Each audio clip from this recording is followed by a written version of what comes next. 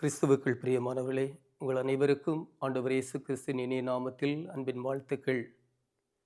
கடவுள் அன்பாகவே இருக்கிறார். இந்த உலகத்திலே வாழ்கிற ஒவ்வொரு மனிதருக்கும் அன்பு இருக்க வேண்டும். அப்படி என்றால் அன்பு என்பது என்ன? மார்க் நற்செய்தி 12:29-30 வரை நாம் படிக்கிறோம்.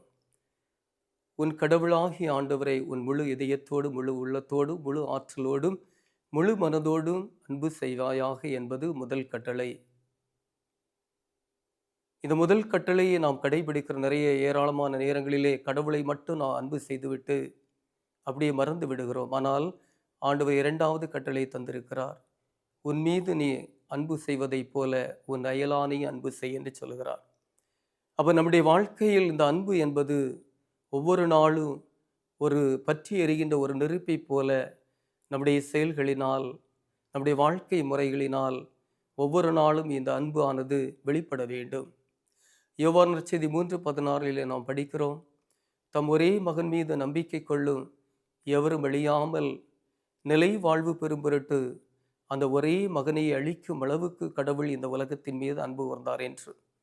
ஆம், ஆண்டவர் இயேசு கிறிஸ்து தன்னை தாழ்த்தி தன்னுடைய உயிரை கொடுக்கும் அளவுக்கு இந்த மானிட குலத்தை அன்பு செய்திருக்கிறார் என்றால், அவருடைய பிள்ளைகளாகி இருக்கிற நாமும் இந்த சமூகத்திலே நம்மோடு வாழ்கிற மக்களை அன்பு செய்ய வேண்டும் என்று அழைக்கின்றார். எனவே இந்த அன்பு தான் எல்லாவற்றிலும் முதன்மையானது என்று சொல்லப்பட்டிருக்கிறது. நாம் 1 கொரிந்தியர் 13ஆம் அதிகாரத்திலே படிக்கிற பொழுது, அன்பு ஆனது பொறுமை உள்ளது, பொறாமைப்படாது, தற்புகழ்ச்சி கொள்ளாது, தன்னலம் நாடாது என்று சொல்லி நாம் படிக்கிறோம். அப்படி என்றால் என் வாழ்வில் நான் இயேசுவை பின்பற்றுகிற ஒரு மனிதனாக இருக்கிற பொழுது, இயேசுடைய அடிச்சுவடுகளை பின்பற்றி நான் வாழ்கிற பொழுது, நான் இந்த உலகத்திலே அவருடைய அன்பின் சாட்சியாக நான் இருக்க வேண்டும் என்றால் என் அடுத்திருக்கிற இடத்திலே கிறிஸ்துவின் அன்பை நான் வெளிப்படுத்த வேண்டும். இந்த உலகத்திலே நான் பார்க்கிற பொழுது இந்த அன்பானது வீடுகளிலும் கணவன் மனைவி பிள்ளைகளிடத்திலும் குறைவுள்ளதாக இருக்கிறது. இந்த நவீன காலத்தில் ஊடகத்துக்கும் இணையதளங்களுக்கு அடிமைப்பட்டு அன்பை மறந்தவர்களாக இந்த உலகத்தின் பொருட்களை நேசிக்கின்ற மக்களை நாம் பார்த்து கொண்டிருக்கிறோம். பெற்றெடுத்த தாய் தந்தையை வீதிகளிலும் அநாதே இல்லங்களிலும் விட்டுவிட்டு நான் மட்டும் வாழ்ந்து கொண்டிருக்கிறேன் என்று சொல்லி ஒரு வாழ்க்கை வாழ்ந்து கொண்டிருந்தோம் என்றால் அதில் அன்பில் இல்லை.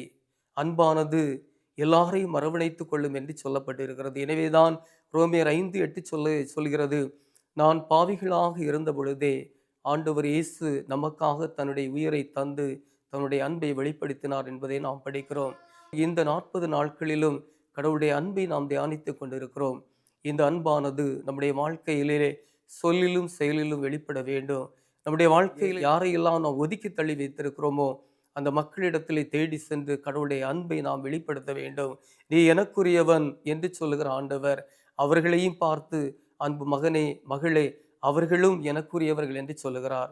இன்று நம்முடைய குடும்பத்திலே யாரோடும் நான் நட்புறவோடு இல்லாமல் இருந்தால் அவர்களோடு சேர்ந்து அன்பின் உடன்படிக்கையை செய்து கொள்வோம். இந்த அன்பில்தான் இந்த உலகம் இன்று வாழ்ந்து கொண்டிருக்கிறது.